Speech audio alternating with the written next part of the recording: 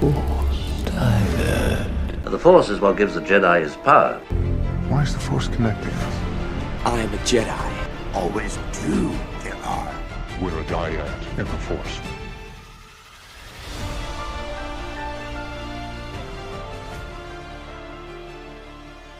Hello, friends, and welcome to another episode of the Force Diet Podcast, episode 39. I'm your host, Obi-Sean, joined, as always, by my best bud, Jedi John. How you doing tonight, buddy? I'm doing good. How's it going? It's going good. Trying to stay warm. It's a bit like Hoth out there tonight. Started the day out 38, and now it's -4. So, yeah, you are not making it past that first marker tonight. Do not venture outside. not without your Stay tauntaun. inside You got to get your tauntaun, man. You gotta stay inside the base tonight, man. It is. Ooh. It's definitely feeling like Christmas now, which is nice because we're so used to here in St. Louis. Sometimes we've got those like 65, 70 degree Christmases.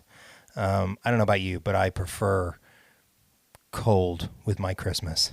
I like when it snows, as long as it's drivable. Mm-hmm. And yeah, that's all I need. I don't care what temperature it is. Now, speaking of Christmas, it does not have to be freezing. Yeah, I mean we could do without the blizzard conditions, right? Some nice, gentle snow flurries. We don't need the 50-mile-an-hour wind gust with it. Crosswinds, just blowing your car from side to side. Yeah, don't need that. Yeah. Speaking of Christmas, we're 3 days away now, officially from Christmas. You got big plans, big family plans? You doing any cooking like you did for Thanksgiving? Yeah, I mean, we're hosting one at some point. I couldn't even tell you which order it is. You know, the wife has the itinerary, so I just go where I'm told. I've got a rough outline, I think. But yeah, we're bouncing around from place to place, as always. And I think the last stop on Christmas Day is our house to host. Are you cooking again? Are you cooking again, or are people bringing stuff? I don't know how much cooking's going to happen versus just like, light appetizers and bevies and such. But yeah, we're hosting some half of her family. I don't even know which one at this point. It's whichever one I don't see on Christmas Eve. They all blend together, to be honest. So. Fair enough. What about you?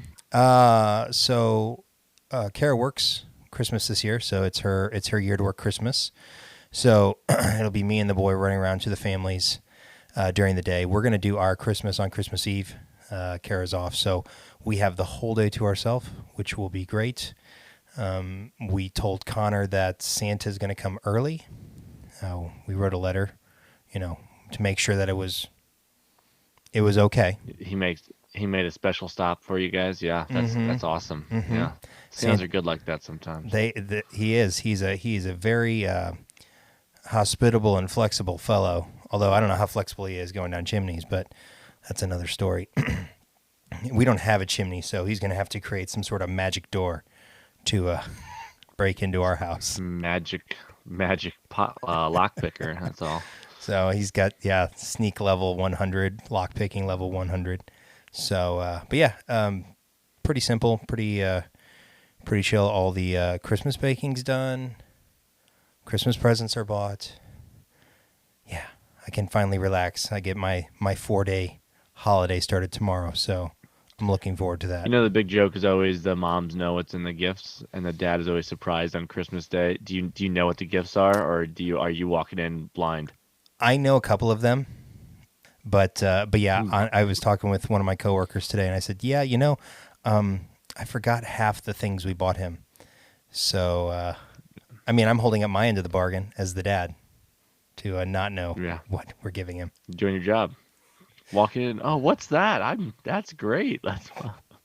Did we get that? Yeah, we did. Yeah, I've got a couple things I got to put together still. So there's a few things I had no idea she even got, but there's a couple things I have to put together prior to. That way, when we undo them, it's not a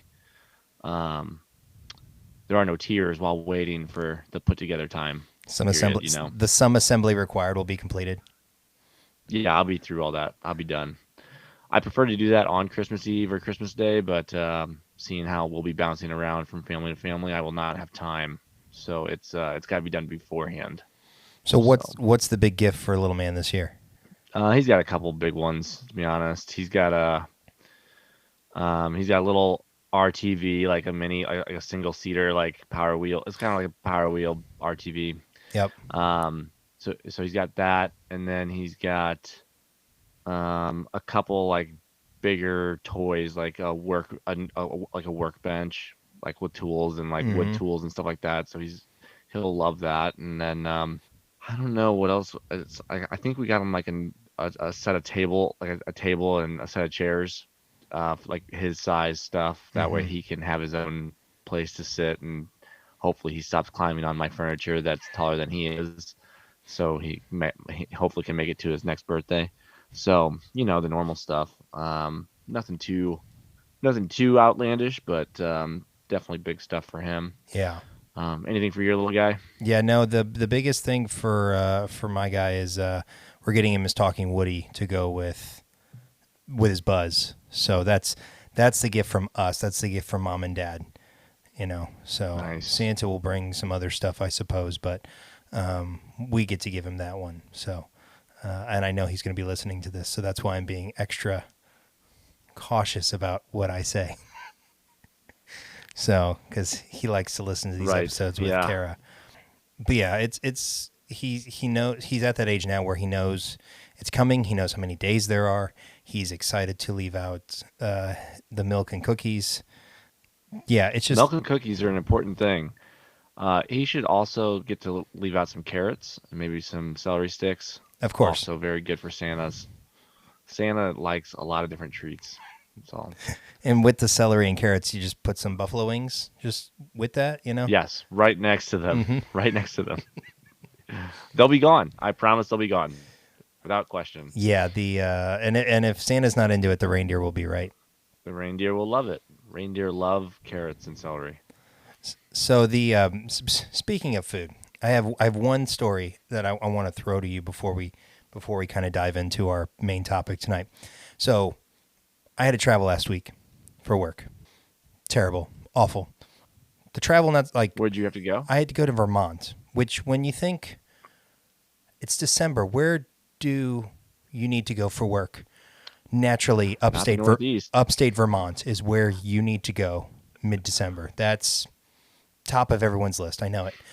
So the thing that makes that more challenging is there is nothing direct to that part of the country from here, save for Boston, but that's like an hour and a half from where I eventually flew into anyways. So they decide, yep, you got to go for training, which was purely an optics thing, and we could have done the training on Zoom. It would have been fine. But no, instead, I get to fly to New Hampshire and then drive with some coworkers 2.5 hours to Stowe, Vermont, then 2.5 hours back, and then fly home. And 25 hours of travel for a 3-hour training, flying through Midway, which Midway in the winter when it's windy, nope, not fun. Sucks. Then flying home, got hit by a nor'easter, so that was cool. The weathermen were all like, yeah, it's going to be 100% rain where you are. I'm like, great, we can take off in rain. I wake up, there's 1.5 inches of snow on the ground. I'm like, you weathermen need to be fired. As good as the ones here. That's good to hear that's not just here. That's a whole nother story, predicting 4 inches of snow here and we get barely 2 inches. But nevertheless, the worst part about the whole trip was coming home. I decide, okay, I'm going to get a snack. As you do, right? You go to the Hudson's or whatever and you get your magazines and you get your snacks. So I'm a big Starburst fan. And, they have the Starburst Unwrapped, like the mini guys. They have the stuff that doesn't even come in the wrappers. I found these things called Starburst Airs. Have you ever heard of these? I have not. Okay. I have not. I don't want to. I don't even know if I want to hear about these, but they are an tell me. They are an abomination. They are. I don't know. So I got that, and I got Reese's Pieces, and thank God I did, because the Starburst Airs, they say they're gummies, right? They're gummies, and I'm imagining like a gummy bear, right?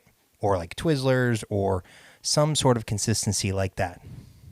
No, these pillows of putrid flavoring. I don't even know how this got past the testing, like the idea phase. I can understand that. The second they made these, someone should have slapped the person upside the head, because it's like when you bite into it, it's like, I don't even know how to describe it. It's not quite styrofoam. It's almost like a weird marshmallow, but you know how marshmallow actually tastes good and has a pleasant mouthfeel? Yeah, no. This, when you chew it, it like breaks up into tiny itty bitty like balls, and it's almost like you have a mouthful of Orbeez. And like, not to eat, don't eat Orbeez, right? But it's like if you had the little gel balls in your mouth, and the worst part about it is the flavor, right? It's like, it had the normal flavor: strawberry, cherry, orange, and don't get me started on lemon. I like the lemon Starburst. These things tasted like they were cleaner. Like if you had lemon cleaner. Again, I don't condone drinking or eating lemon cleaner, but if you had to imagine what that tastes like, I bit into it. I was like, all right, this is going to be good. It's going to have kind of like a lemonade flavor, maybe something like that. Nope. I spit it out in the airport. That's how bad it was. Which you don't do. You don't do that very often because you can't waste those snacks. They're expensive snacks. So I threw away 2/3 of a bag of these things. I threw away 2/3. I brought them back with me because I actually forgot they were in my backpack, and I took them out of work, and I showed them my coworkers, and I said, these are the worst things ever. This is the worst candy ever created. It's almost the worst. It's like a circus peanut, right? You know that like consistency of a circus peanut, like. Yeah, but I like those. Okay, but that's fine, and that's you. You do that because I do not care for circus peanuts. That's you. They're disgusting to me, but that's kind of like what they were, except they were Starburst, and I felt cheated. I felt lied to because I'm thinking Starburst, they can't do wrong, and oh my God, this is the worst candy ever, and I had to share that because the trip in and of itself was terrible. I got sick when I got home, which, I knew was going to happen. I had some dude coughing up a lung in the seat next to me on the plane ride home. I'm like, this is good. I'm going to get sick. But that was like the cherry on top of the ish sundae was these godforsaken Starburst Airs. So, public service announcement, if you see these, burn them. Just I'm gonna go find them now. Take them. I'm gonna try some off the shelf and then burn them, and you will be doing all of your fellow passengers a service. I'm gonna make sure Santa knows to add that to your stocking. I'm gonna make sure that happens for you. God, I'll make sure he finds them. Special so delivery. Bad. They're so bad. Christmas Eve. So terrible. I mean, the best thing to come out of the trip to Vermont, I will say, was the mixing of hard ciders that we did at this little. It was actually an Irish pub, just outside of Stowe where we were, and they had like a winter blend cider on tap, which kind of had like a spice note to it, cinnamon, clove, nutmeg, that stuff, right? Like apple pie spice, basically. They also had cranberry on tap, and they mixed them, and it was one of the best things I've ever drank. And it was a hard cider, so you can enjoy a number of them without feeling too horrible afterwards. So that was the best thing to come out of it. Everything else about the trip was miserable, but especially those Starburst Airs. So I just wanted to share that story with you. I mean, I will probably steer well clear of those now, knowing your issue with them. I mean, I don't know if you've ever experienced something as abysmal as that, in your travels. I don't know if you don't really travel a whole lot for work.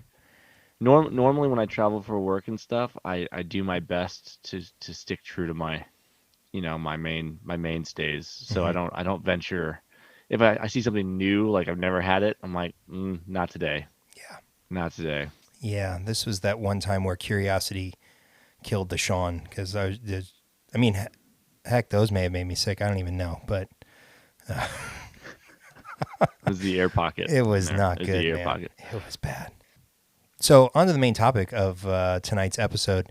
As we come to a close on 2022, it makes sense, I think, to look back on the year that was from a content perspective, and I think it would make sense for us to, again, in the spirit of the holidays and Festivus being tomorrow, air some of our grievances, perhaps, with some of the items that we got to experience this year, and then, prop some of the positives up with the great feats of strength. So, and then I think afterwards we'll look ahead to 2023 and do a Bad Batch preview, and then wrap up with a short list, again, in the spirit of the holidays, for our Bits of Spice segment. So I'm going to let you start, and I think we'll start with the negatives first.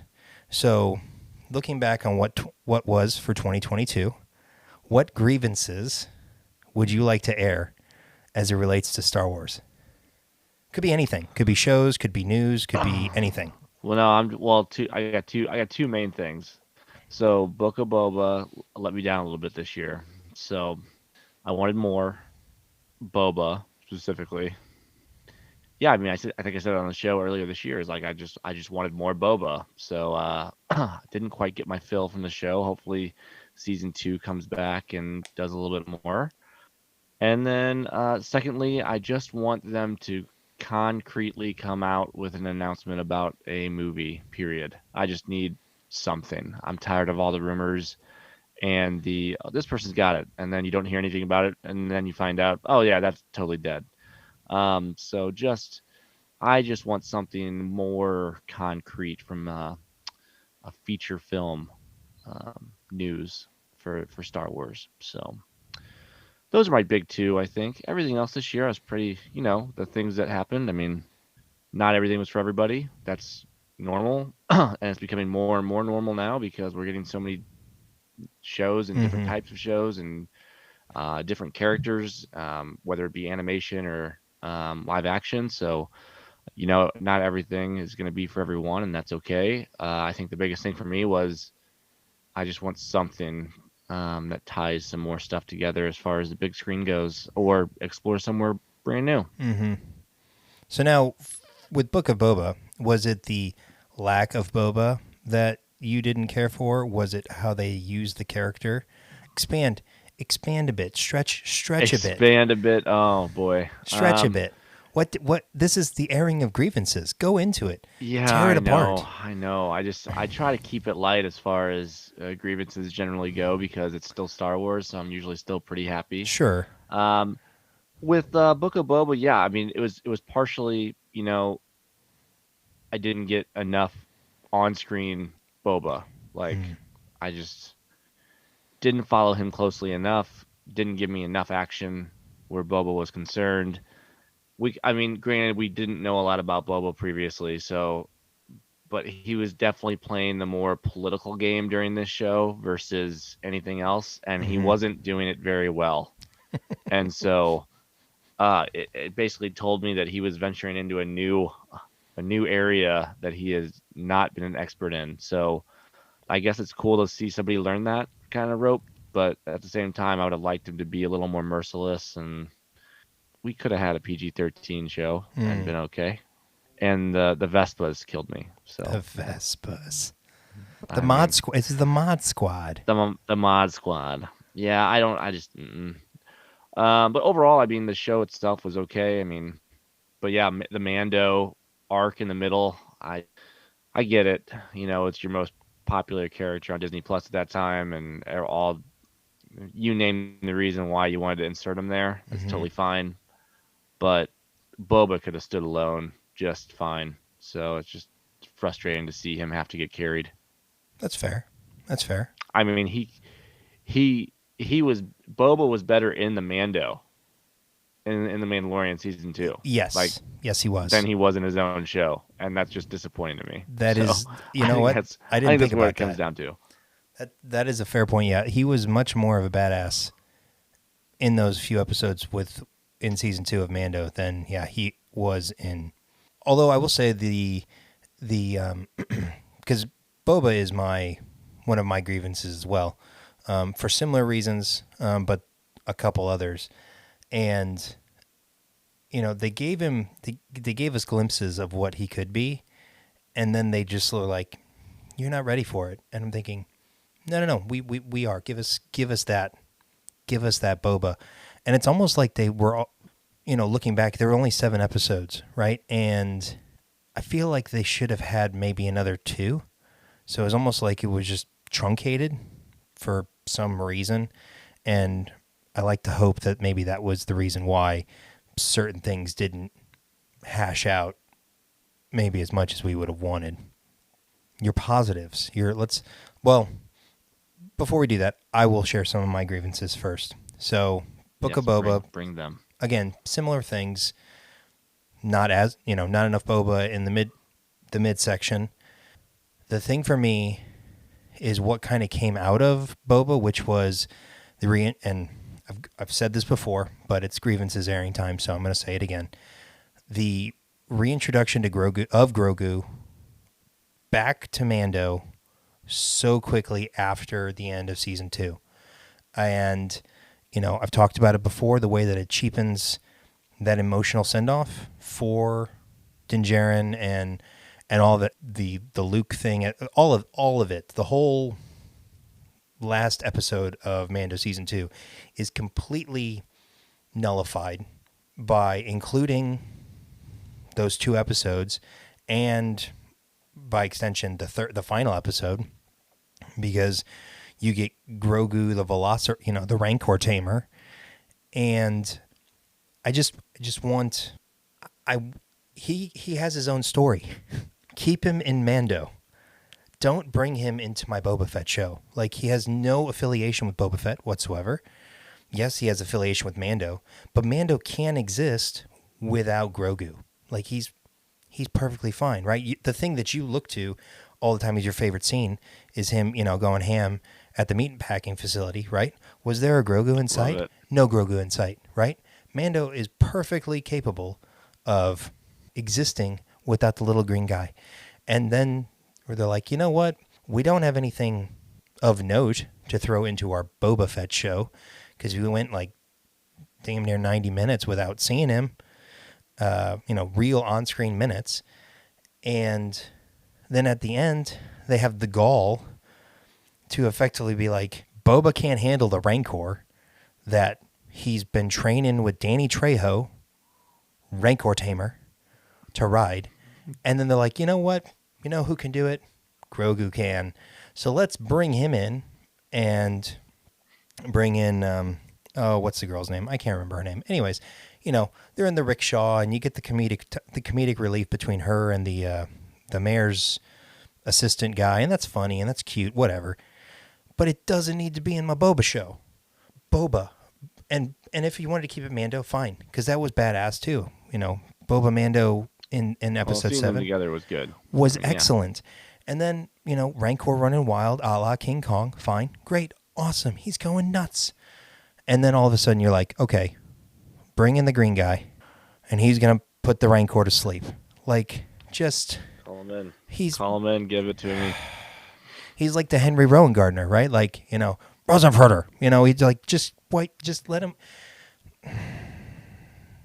It's just, I could have done without that in my Boba show, right?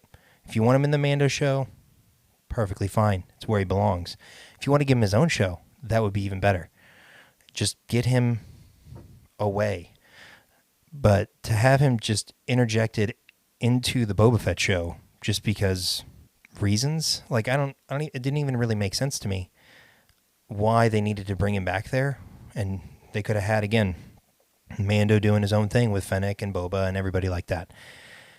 But no, they had to throw him in. Then they had to make him Beast Tamer. And it's just like, I didn't need that. And, Boba was already disappointing for other reasons before that. And then for me, they threw that in there, and it's just like, it brought it down even further for me because it wasn't needed. It's not necessary. So that's my biggest grievance. I echo your sentiment on the lack of movie clarity. I will say that we've become very spoiled with the small screen content as well as the print media. I mean, from the High Republic to the Crimson Reign comics to Yoda to Obi-Wan, You've got the new brother. You had the new Brotherhood book. You had the new Han and Leia, Princess and the Scoundrel book this year. I mean, that's all. You know, we're spoiled by the glut of content, but I will agree the lack of clarity with the movies is disappointing. The only other the other thing that I guess I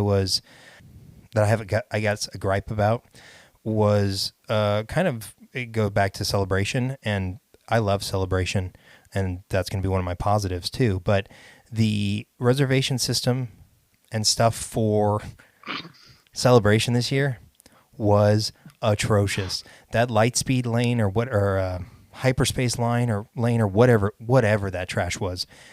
We talked about it last week about Comic-Con and how we tested it, on a small scale loading. Well, you didn't test it for 70,000 people in Anaheim because, and I realize the panels are Failed limited. miserably, though. The panels are limited.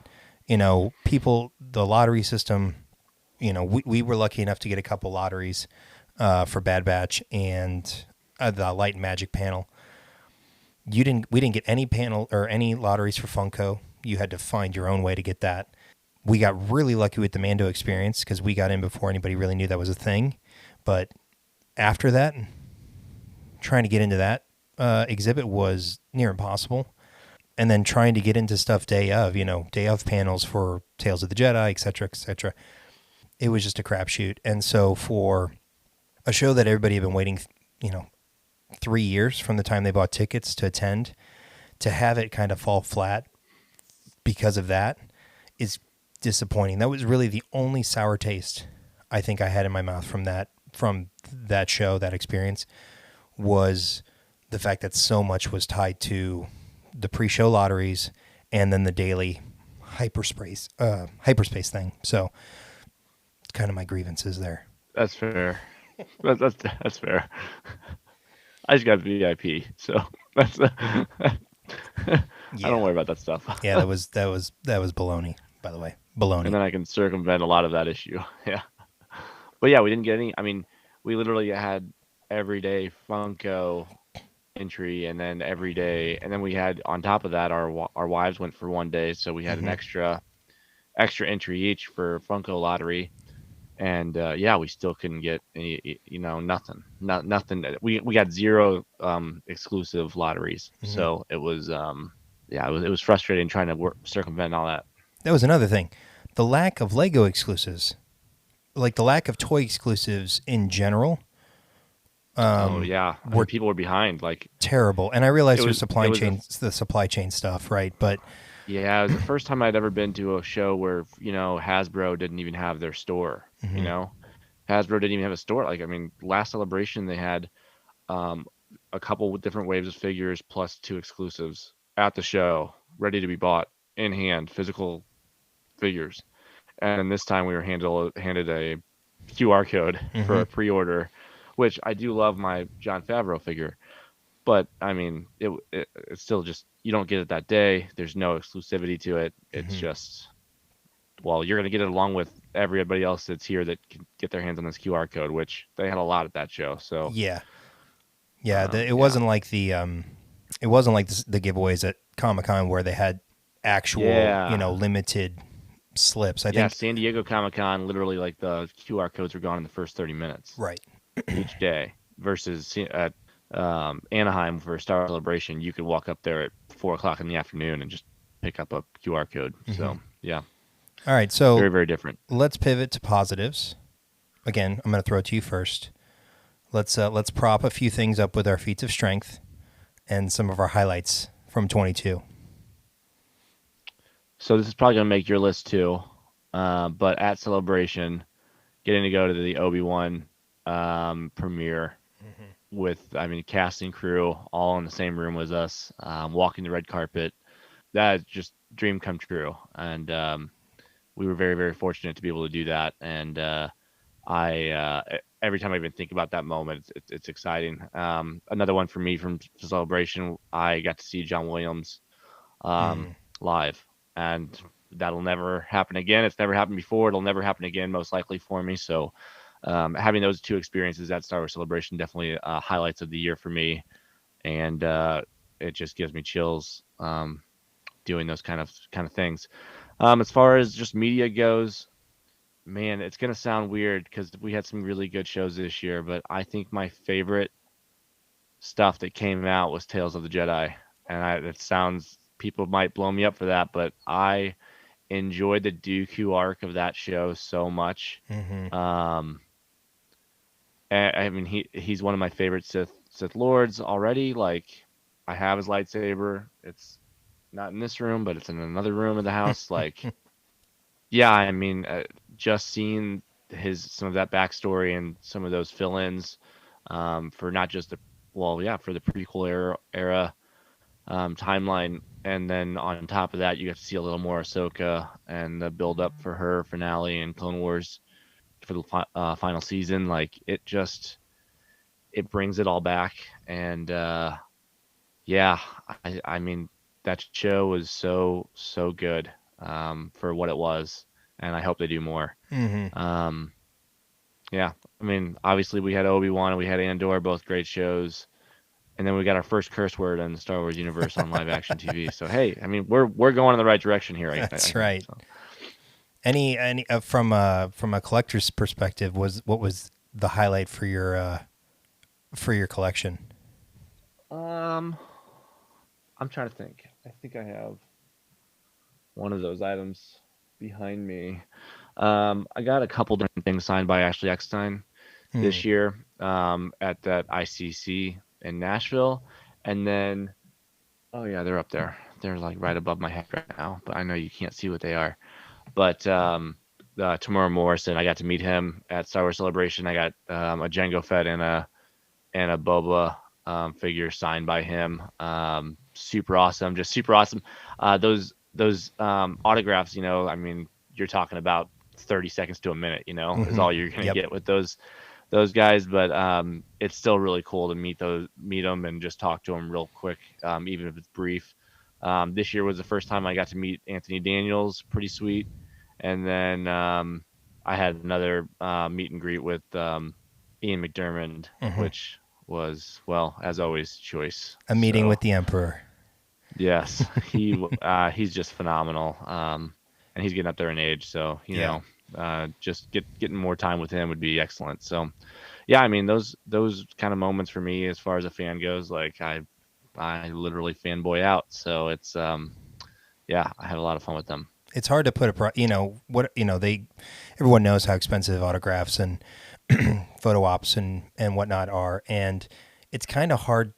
I mean, it's easy to put a price on it, I guess, technically, because you pay what that cost is. But for that brief moment of interacting with, meeting, having that thing from someone who you've watched for literal decades, it's hard to put a price on that, and that experience, that memory, you'll have it forever.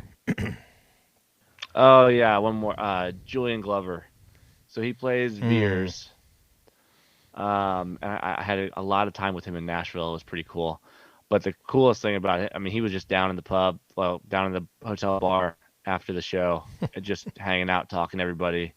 You could just sit down and have a conversation with him. He also played one of the Maesters on Game of Thrones. So, just having, I mean, he was a super special guy to talk to. And, I mean, I had a lot of good experience with celebrities this year, which, sometimes you don't get that great of an experience every time. But I was very fortunate this year.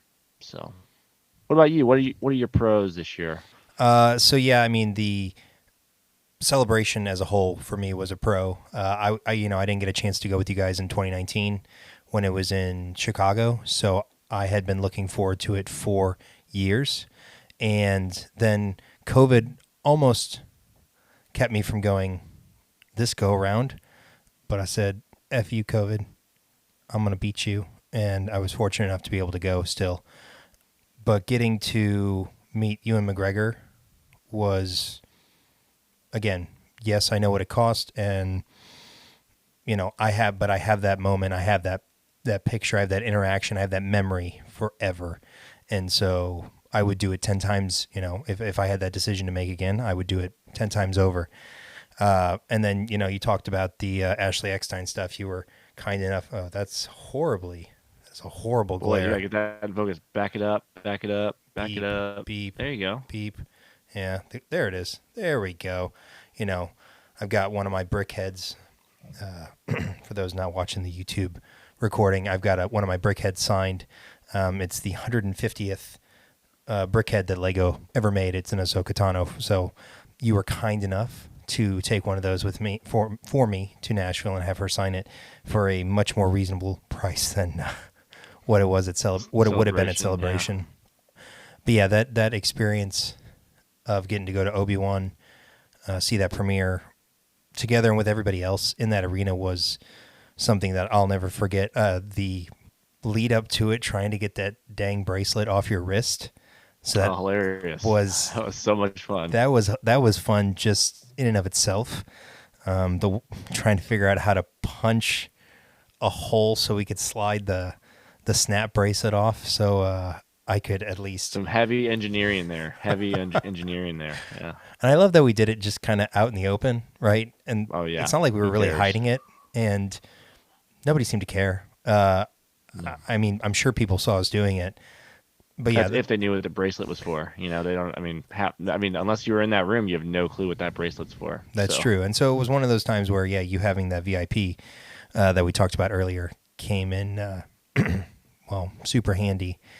And but just being there with everybody, Celebration as a whole, being there with all the Star Wars fans, getting to go to the Attack of the Clones panel, that was probably the funniest thing for me, was listening to Tamura and Daniel Logan share stories from set, and then they brought Hayden and Ewan out, and I won't ever forget the story of Ewan telling Daniel to pretend that he had just farted to get the reaction that we see when Boba opens the door on Kamino to Obi-Wan's presence.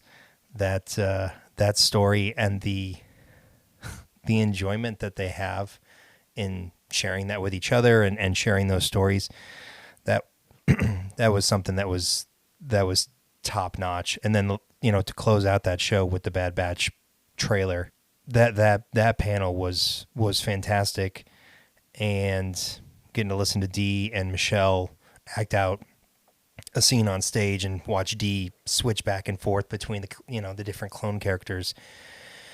Just pretty impressive. Incredible talent, and seeing that trailer twice, it was just fun to be around Star Wars fans. After everything we had gone through for the last couple of years, it was nice to be together again. So a lot of hate. Yeah, but not in those rooms. No, you walk into those rooms and it's a different feeling. That's what I try to urge all those fans out there that are like, well, I like this stuff. I don't understand all this hate it's getting. Mm-hmm. Don't worry about the hate. Don't worry about it. There are thousands upon thousands of fans that think just like you. Mm-hmm. So, yep. And if you can't find your home on social media, just keep looking, because there are plenty of groups out there that will share your opinion on many things. So yeah, and then on top of it, getting to be there with the family was just, kind of a little nugget on top, getting to go to Disneyland and stuff beyond the Star Wars. That was just really special, and again, a memory that what it costs, but it's priceless from that perspective. So that's definitely highlight number one, top of the bin. As far as programming media goes, for me, show wise, it was Andor. I loved Kenobi. I thought it was a really good show. There were certainly some shortcomings with it, but as a whole project is concerned, for me, Andor was the epitome of Star Wars, like what I view Star Wars as. And for me as a viewer, it ticked all the boxes. And it was just quality programming, and something that I'm really hopeful is carried through to other shows as they move forward. So there's a lot of shows in development, a lot of shows coming in the pipeline, and I hope that they take the positives from Andor, and at least from a cinematography standpoint and stuff like that, and try and give that to some of the other stories. So you're trying to tell him to use Andy Serkis more. That's what I'm hearing. That's what I'm hearing. Okay, good. I'm just making sure I we're on the would be same on board page. with that. You know what? See, that's the thing. So in Boba, it would have been 100 times better if Andy Serkis would have been like. I mean, I love Danny Trejo as the lion tamer, as the Rancor tamer, but if Andy Serkis would have walked out of like one of the bungalows on Tattoo or in Mos Espa and been the hey now Rancor, just simmer down, why don't you have a seat? Just have a seat over there, come out like Chris Hansen. Just be, Instead of Grogu, Yes. just get the extra. Yeah, okay. exactly. Random cameo for Andy Serkis coming in. Like, I've got this. 10 out of 10 would recommend. So yeah, but Hilarious. the as far as like collectibles are concerned, I kind of already touched on a couple of them. I got my picture with Ewan, got a couple autographs as well. I got a signed Heir of the Empire book, which is right there actually on my shelf. Another one that you were able to get for me from Tim Zahn. So, but as far as like collectibles, toys, whatever, probably, figure that out. My Force Effects Kenobi saber right there is definitely a highlight of my year. That N1 Starfighter that's right there, and then I haven't built him yet, but my BD1 droid from Jedi Fallen Order. So I can't. I actually think I might build that this weekend. So Yeah, I mean, excuse me. the BD1's pretty sweet, and with Jedi Survivor coming out, it's ugh. Yeah, and that'll definitely be 23. on my list when we get to 2023. That's going to be on my list of things I'm looking forward to. So, 2022 as a whole, from a Star Wars perspective, how would you rate it? It was a positive year. I'll take it. I'll take the positivity. I give it a solid B. Missed marks were no feature film announcements, obviously no feature film period, and yeah, I mean they really missed for me on Boba. Obi-Wan had some shortcomings, but still a good show. Loved Andor. Would have liked more of the Tales of the Jedi, but nothing wrong with that. Just wanted more.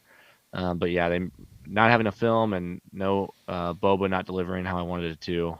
Yeah, solid B. Yeah, I would agree. I might give it like a B plus.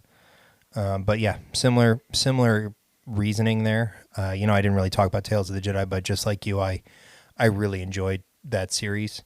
I do look forward to the ones that they come out with, going forward, because I'm almost certain that they will have multiple versions of that going forward. We talked about it before. Having like a Tales of the Sith would be awesome. So, yeah, B plus for me. The only real negative show wise was Boba. We talked about that. Some of the, like I said, some of the gripes from Celebration, but the print media stuff was fantastic this year. And like I said at the start, we are really spoiled for content now, and it's really hard to be that upset with the stuff they're giving us, because they are giving us so many different Star Wars stories. And I feel like to some extent we should be very thankful for that, if not, critical of certain things that don't Yeah, I quite mean hit. we get stuff. We get more than a show a quarter, basically at this point. Like we get more than a series each quarter of the year. Like, it's hard to say that you're upset about that. We have content year round, which is never before happened. So Yeah, so it's and I know that Disney Plus streaming is one of those things on shareholders, or not so much shareholders, but like the Disney board's to-do list as far as fixing, or kind of shoring up some of the losses.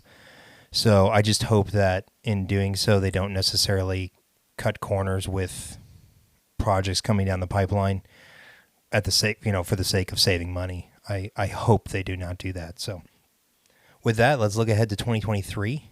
A lot of things coming. Again, you've got Bad Batch in 2 weeks. You've got Mando in March. You've got Ahsoka at some point this year. It'll probably be late fall, I would think. You've got Visions 2, second season of Visions. You've got Skeleton Crew apparently supposed to come out sometime this year. I would think that's probably going to be a December show. And then you've got, what is it, Young Jedi Adventures? Is that, what was that called? Yeah, Young Jedi Adventures. Yep. So, which is going to that's the one set in the High Republic. Yep. We know little to nothing about it though, less than we do about Acolyte, which comes out 2024. So yeah. Yeah. The article I could find, because I found like a list of everything coming out. It says it follows younglings as they study the ways of the Force and learn valuable skills needed to become Jedi: compassion, self-discipline, teamwork, patience, and friendship. And it says it'll be the first Star Wars like animated series targeted towards preschoolers. So yeah, it's not targeted for us, but I might still watch it. Oh, I'll be watching it with my I'll watch it son. with my kid. Yep. So yeah. Yep. Because by the time that comes out, he should understand most of it by that point. So I am getting a little tired of Mickey Mouse Clubhouse. I'm already over it, and I've got another one on the way in May, so I'll be reintroducing that to my life here in a couple of years. So yeah. Anything that can get me off the Mickey Mouse Clubhouse train that is Star Wars related, I am all for that. So you've got that as far as like the media is concerned, and then you've got Jedi Survivor coming out in March. I cannot wait for that to come out. That's gonna be so good. Looking at some of the just looking at the last trailer that came out, watching other footage like the game.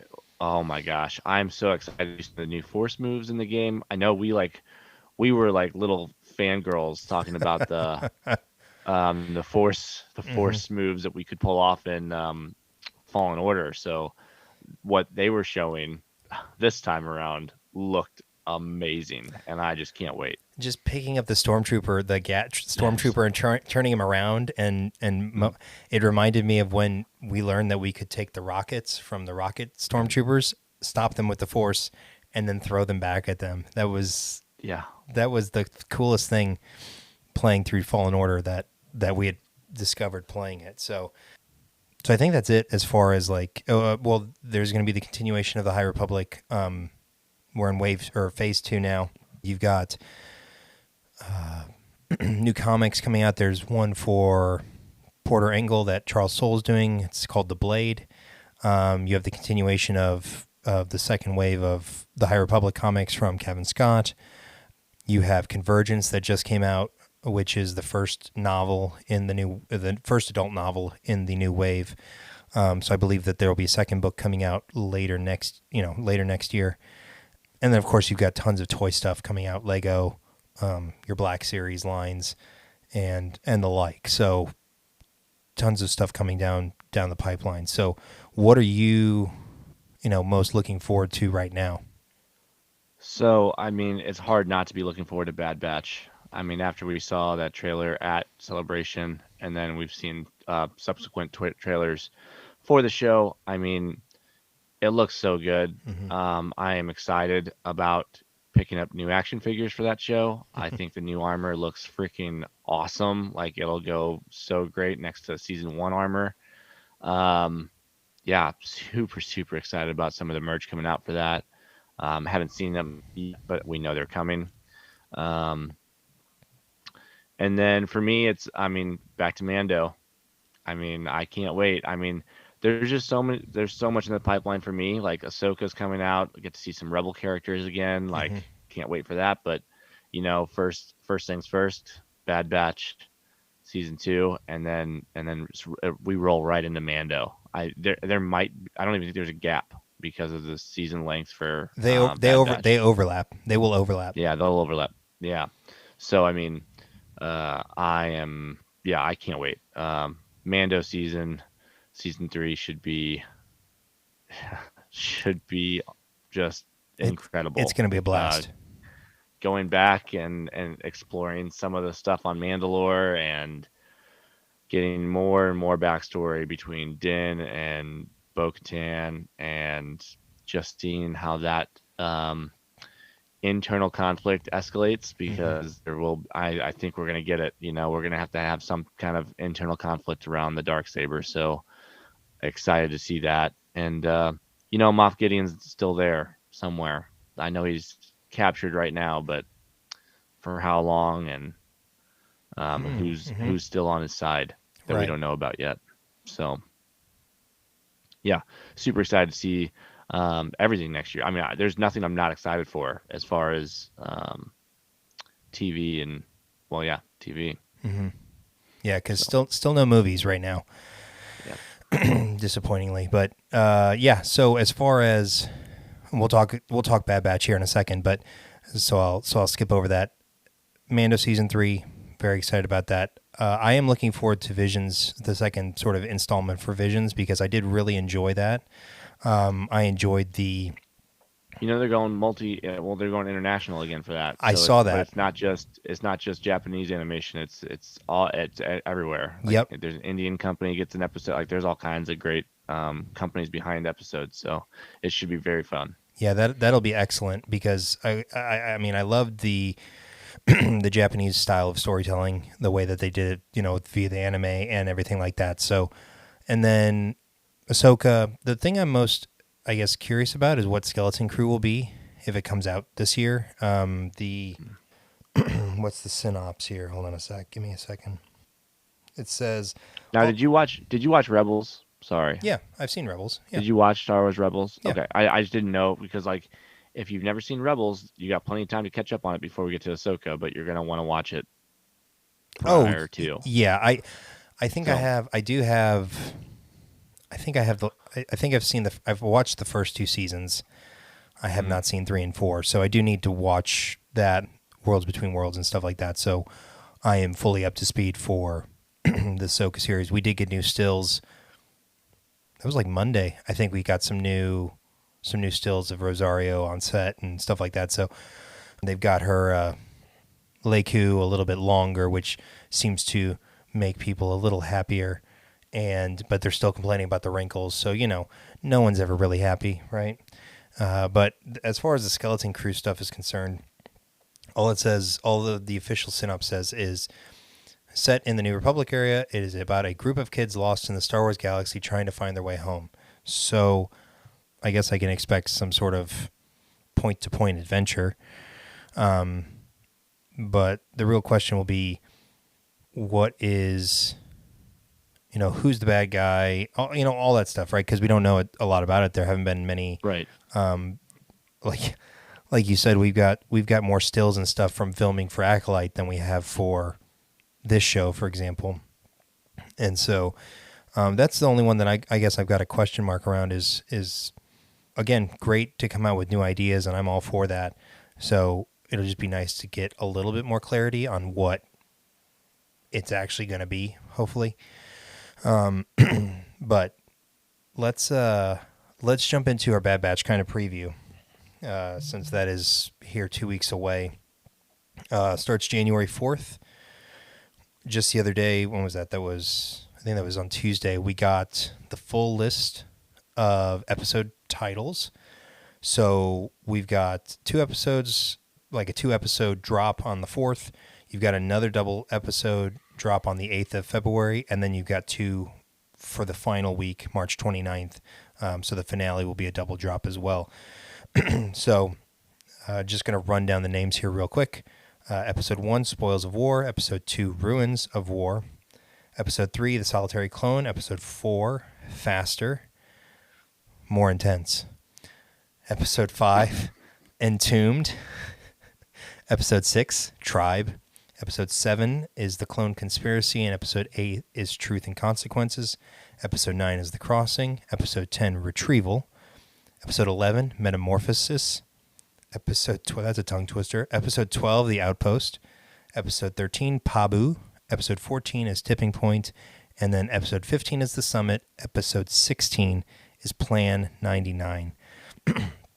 So I will say that Keith was kind enough to point out the fact that the first letter of episodes 4, 5, 6, and 7 just so happened to spell Fett.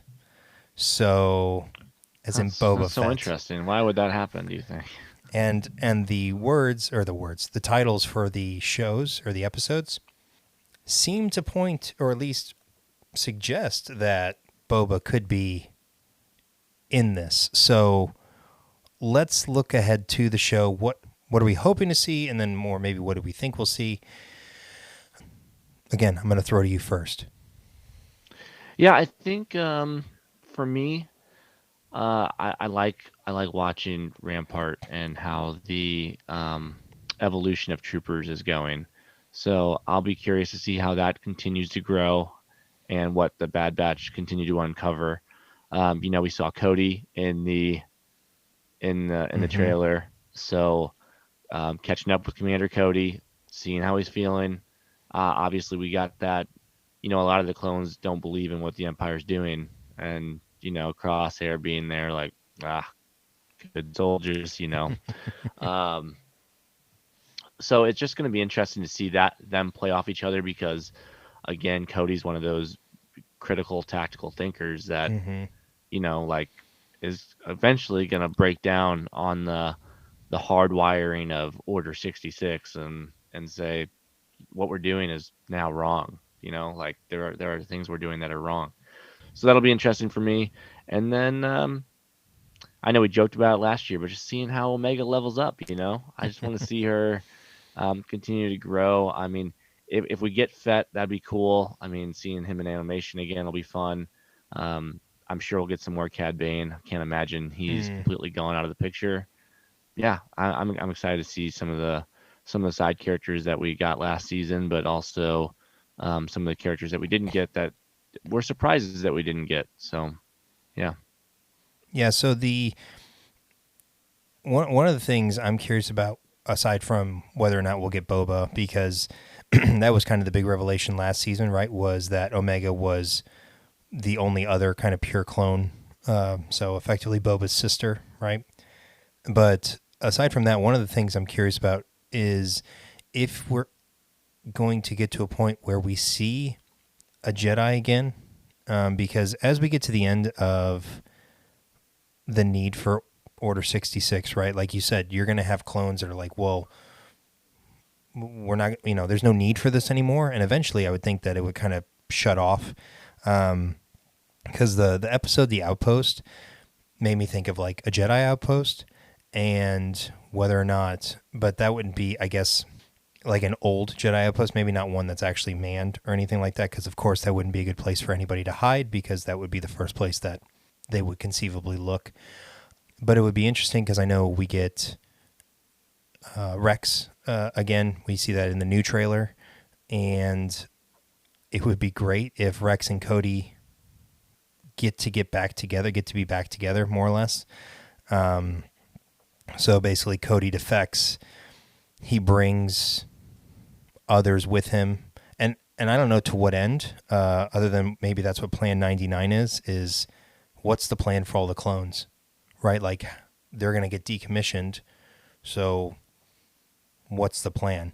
Is there a retirement type setup for clones? I mean, we saw one of the 501st in Kenobi, right? We see what happens to them, and that was 10 BBY, 9 BBY, something like that. So we don't know how far ahead in time we're jumping, right? But we're only going to be separated maybe by 4 or 5 years from that scene in Kenobi, right? So something's going to happen with the clones.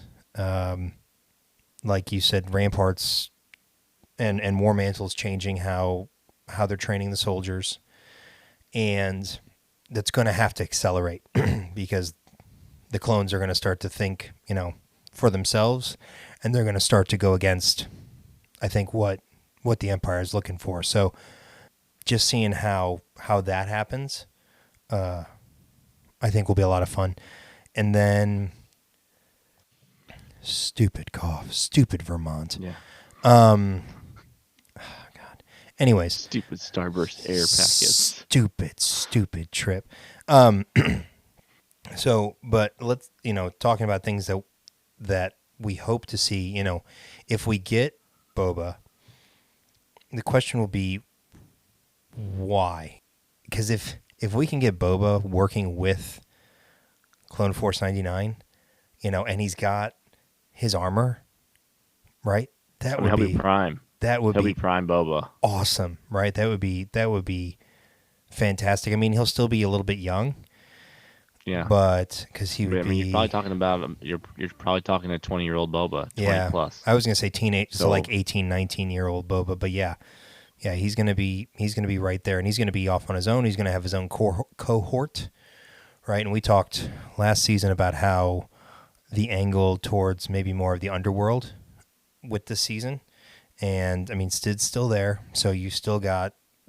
And it looks like they brought in a new person with the underground, like these are the guys for the job, and it's a brand new person that we've never seen before. So Yeah, voiced by Wanda Sykes. So you got Ree Perlman and you got Wanda Sykes. So it's going to be that's just getting, Wanda Sykes voicing stuff is just, she has a very distinct voice. And so, yeah, I can't wait to see what what her character's up to. But if we get more Syndicate stuff, we get more, because, they introduced the Pikes last season, right? There's going to be something more with them.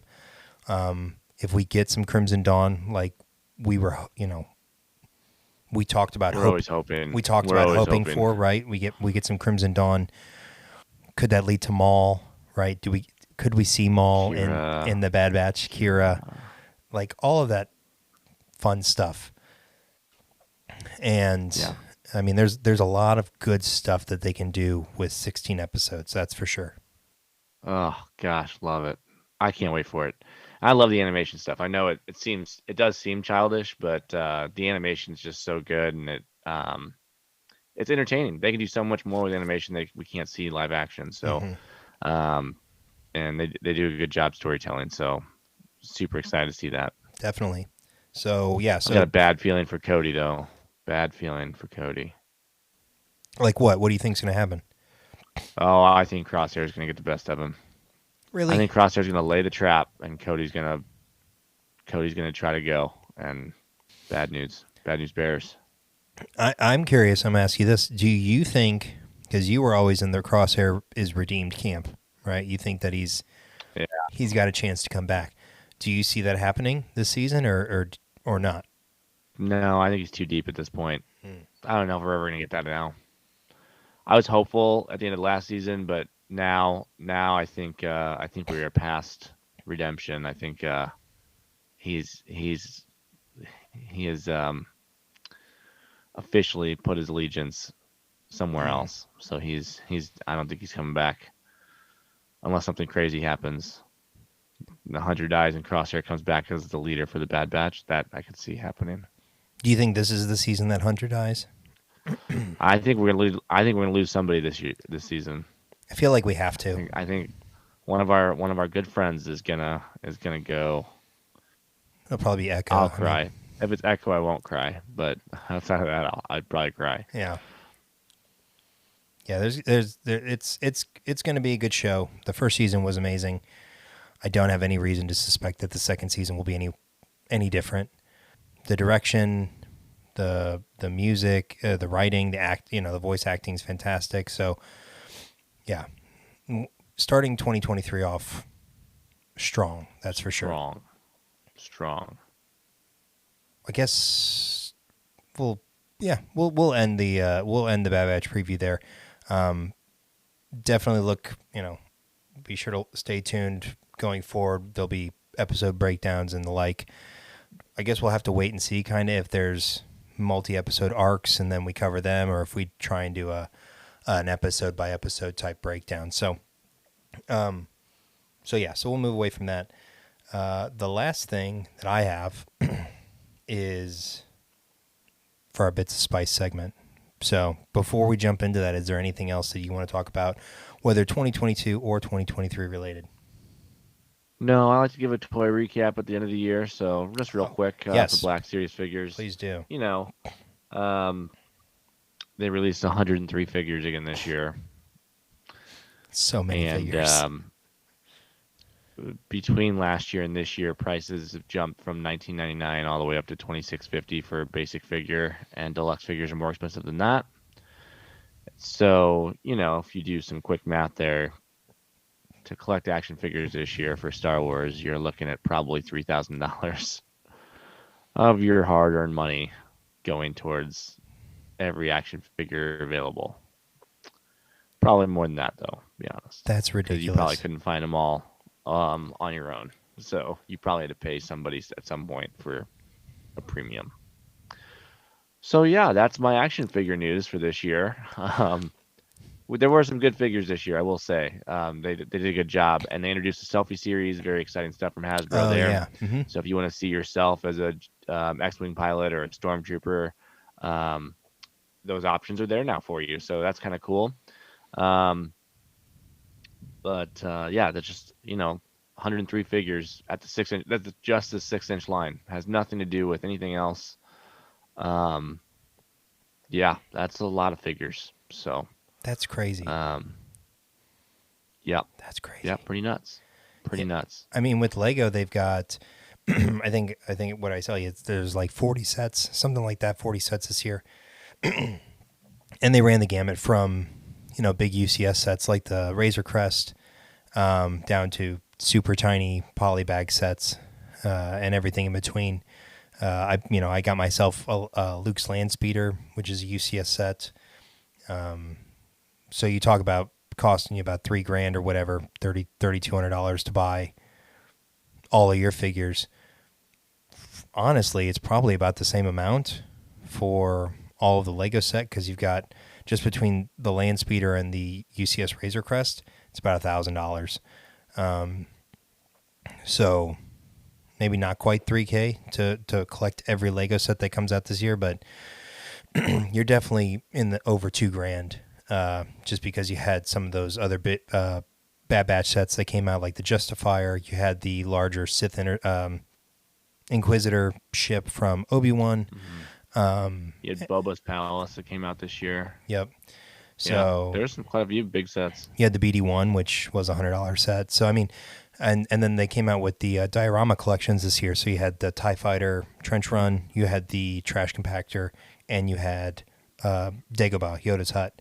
And so that was kind of their new series. So those three were, I want to say that was like $160 or $170 if you wanted to get one of each of those.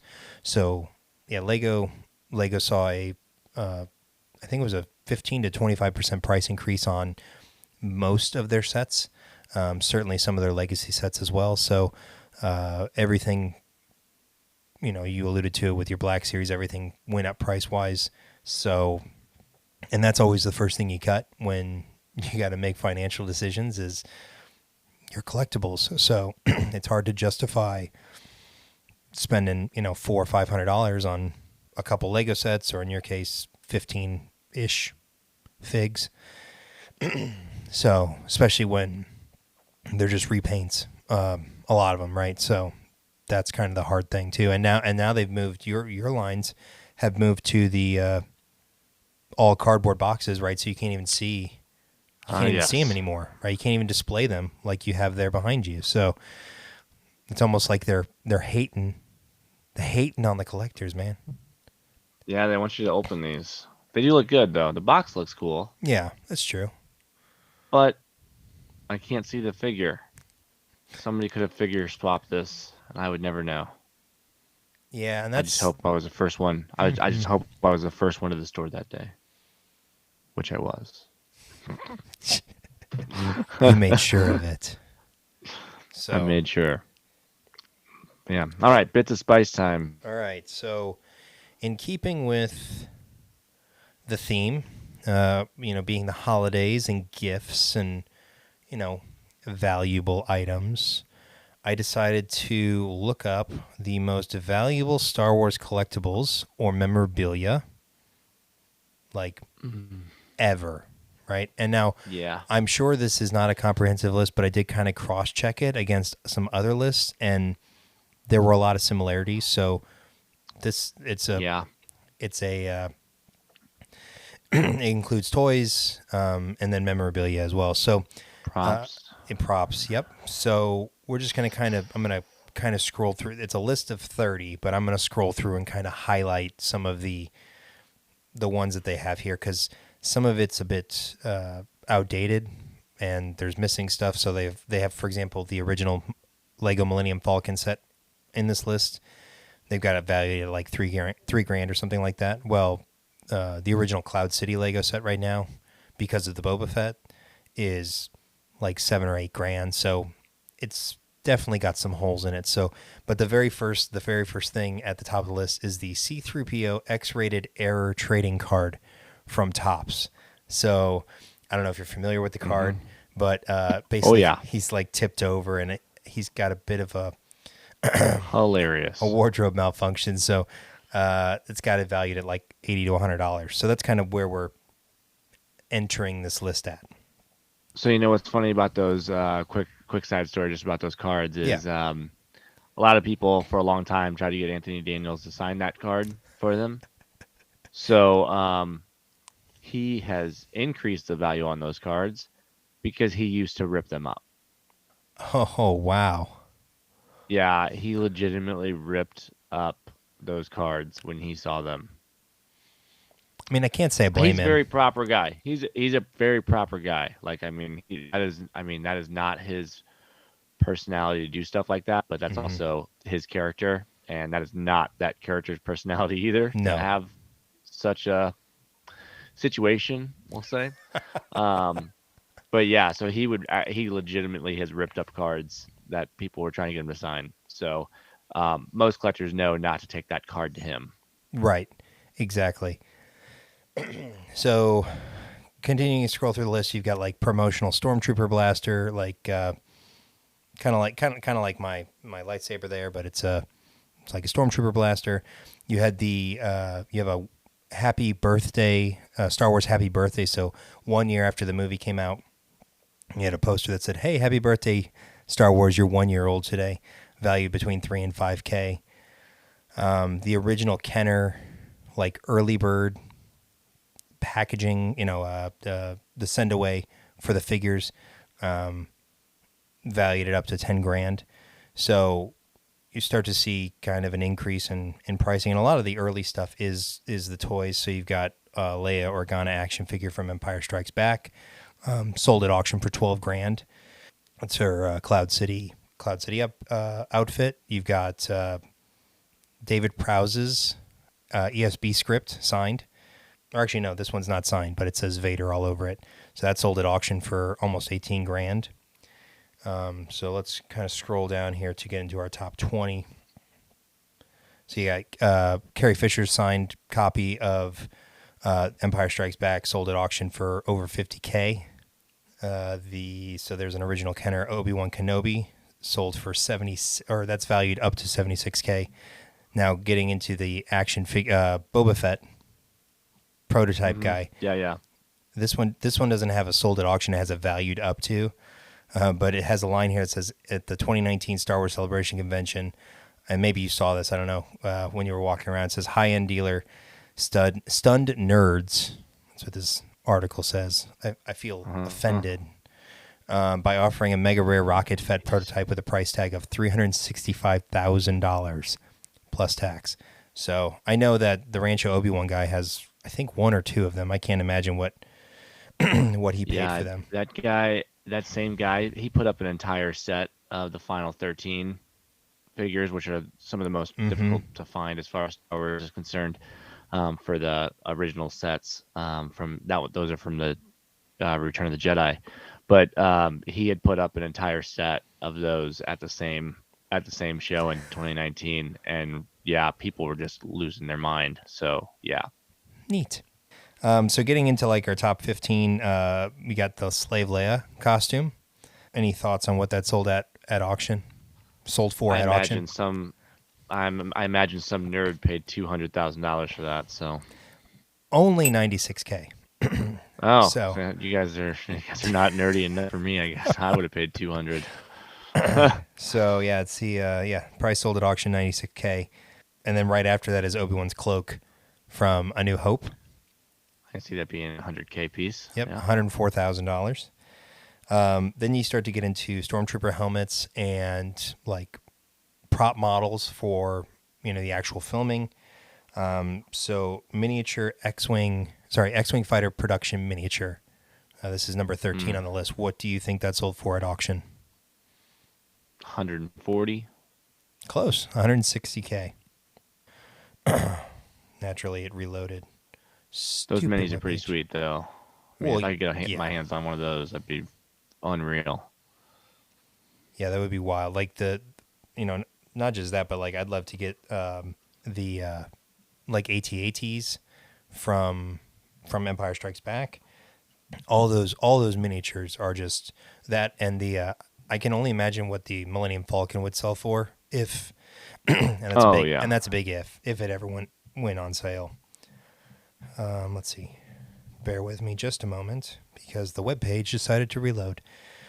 Just a moment. Corporate accounts receivable. Just a moment. All right, so Chewbacca's head. We're getting close to top 10 here. So Chewbacca's head, what did it sell for at auction? I mean, I would guess 175. 172. Well done. Well done indeed. All right, so now we're getting into top 10. You've got number 10, you've got Han Solo's leather jacket from The Force Awakens, $191,000. Obi-Wan's lightsaber from Revenge of the Sith, sold for $215,000. There you go. Can't believe you don't have that on your shelf. Yeah, no, that's one that my wife will definitely divorce me if I ever bought something like that. Just sell the house. She'll understand. The number 8, at number 8, you got Anakin's hero lightsaber, so not the Vader Garflex. It's his Right. his saber. Sold His Jedi saber. Yeah, sold for $245,000 at auction. Snowtrooper helmet. So ESP Snowtrooper helmet sold for $275,000 at auction. TIE Fighter model. This is number 6. What do you think that sold for at auction? I don't even know what was the last one you said. So last one was Snowtrooper helmet at $276,000. Jesus, I can't imagine. I really would never have put this high. So, I mean, I'm gonna guess 290, but yeah, I can't believe it's that high. $350. Over 3. $350. Oh my gosh. I mean, people love the Empire, so I'm not actually surprised. Number 5. At number 5, we have the Rebel Blockade Runner spacecraft, so the Tantive 4 model. Oh, yeah. Sold for $450,000. Han Solo's blaster, at number 4. Blaster, yeah. I was gonna say blaster, and then we've got some very unique sabers coming up, I imagine. Perhaps. So Han Solo's saber, what do you think it sold for? Han Solo's blaster, what do you think it sold for? You know what's funny is I looked at this blaster when it was, because it was just up for auction maybe 2 years ago. I bet it went for $525. Pretty close. $550,000 for that blaster. Oh my gosh, that's insane. Now, the next thing you're never going to guess what. So this is the number 3 thing on this list. Sold at auction for $625,000. Can you Is it guess? a weapon? It is not a weapon. It is a piece of equipment. A piece of equipment? Mm-hmm. I'm trying to think of what equipment they would have used that would be that valuable to somebody. My guess is either the the freaking Hoth packs, or or those masks they wore on and The Empire Strikes Back when they were hiding in the meteor Oh, yeah. or the asteroid. That's all I can think of equipment-wise that they would. I mean, that's not a weapon. Sorry, I should have said filming equipment because it's George Lucas's sorry. Panavision camera. I can only. Yeah. Okay, that makes sense. Yeah, that makes sense to me. Sorry, filming equipment. Yeah, Sorry, mean, I should have said filming equipment, not equipment from the. Sorry. Yep, I should have been more specific. That's my fault. That's your fault. Lead me down the wrong path here. So the last 2 things. Number 2 is Darth Vader's helmet. What do you think that sold for at auction? $750. $1.15 million. I mean, yeah. And the last one, the most expensive thing on this list, and I think it is the most expensive thing that I could find, What do you think it is? Number one, top most expensive or valuable piece of Star Wars collectibles or memorabilia. Being that it was Vader's helmet was number 2, I'm gonna go with either Vader's lightsaber or Luke's Jedi lightsaber. That's where I'm at. Okay. I'm probably wrong. You are wrong. You are wrong. It is R2-D2. Oh, the actual R2-D2 unit. That's Yep. impressive. Yeah, Yep. I would not have thought about that. Have a guess of what that sold for at auction.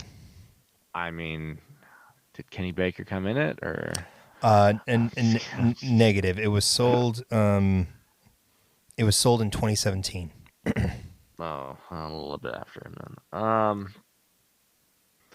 I mean, I'm going to guess $1.5 million, but yeah, that's it. That's $2.76 million. how incredible! Just how incredible! Insane. That's insane. Insane.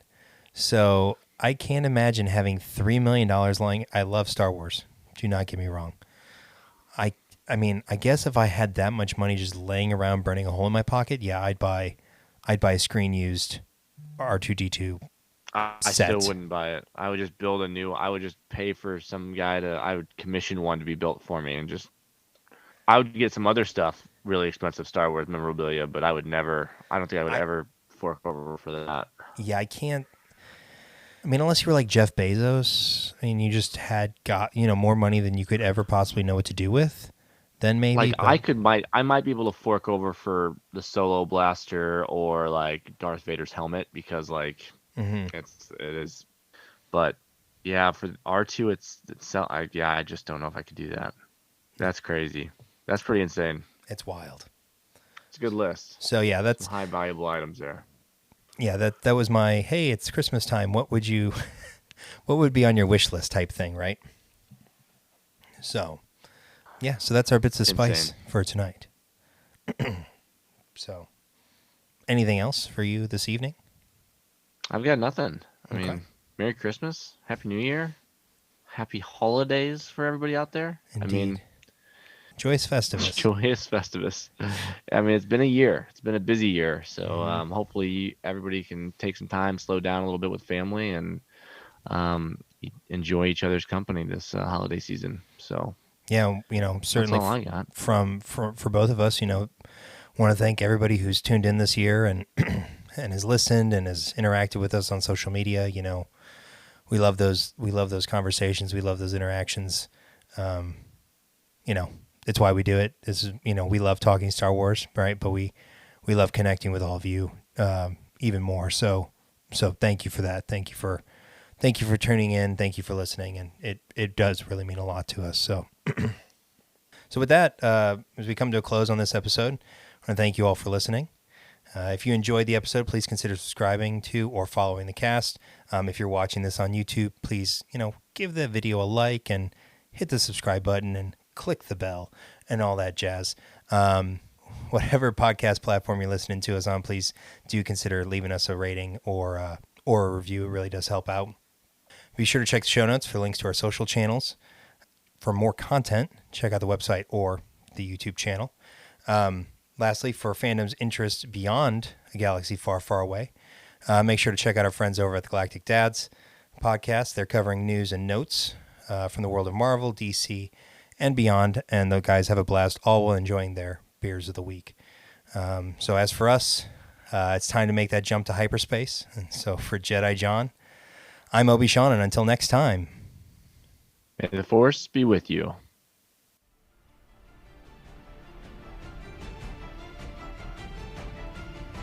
Fool.